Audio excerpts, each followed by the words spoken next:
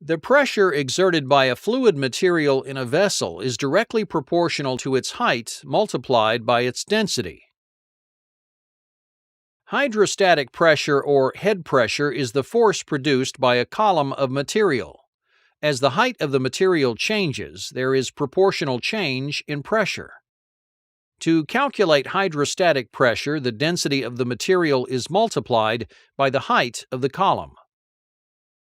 The level of fluid in a column can be determined by dividing the pressure value by the density of the material. To find pressure, a gauge is placed at the bottom of the vessel. With the water having a density of 0.0361 pounds per cubic inch, the level of the fluid is calculated by dividing the head pressure by the density of the fluid.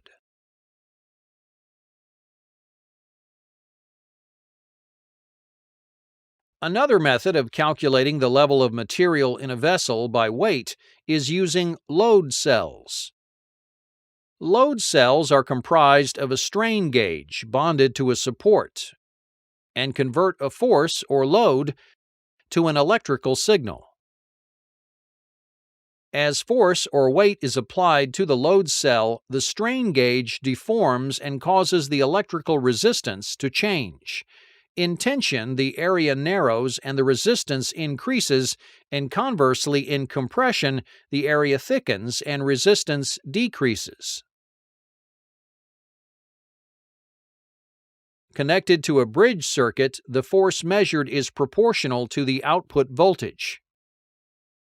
The output voltage is converted to a level measurement when vessel weight and vessel fluid density is known. An example: to determine the level measurement of a column of water that is 2 feet tall and diameter of 0.5 feet is solved by the following steps. The first step is measuring the weight of the vessel. Next, measure the weight of the vessel with fluid.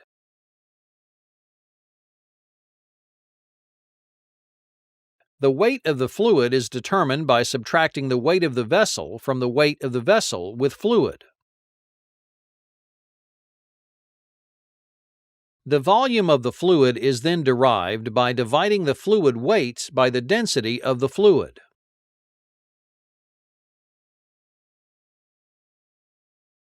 The level of the fluid is finally calculated by dividing the volume of the fluid by the surface area.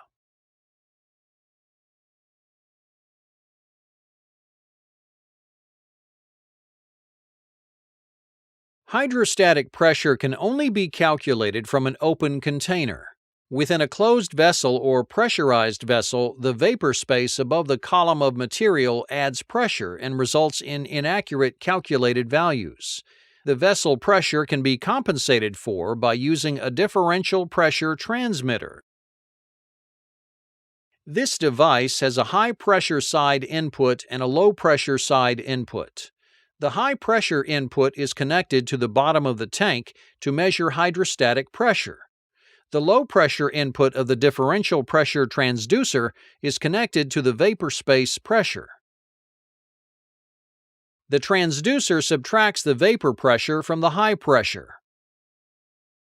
Resulting is a value that represents the hydrostatic head proportional to the liquid level.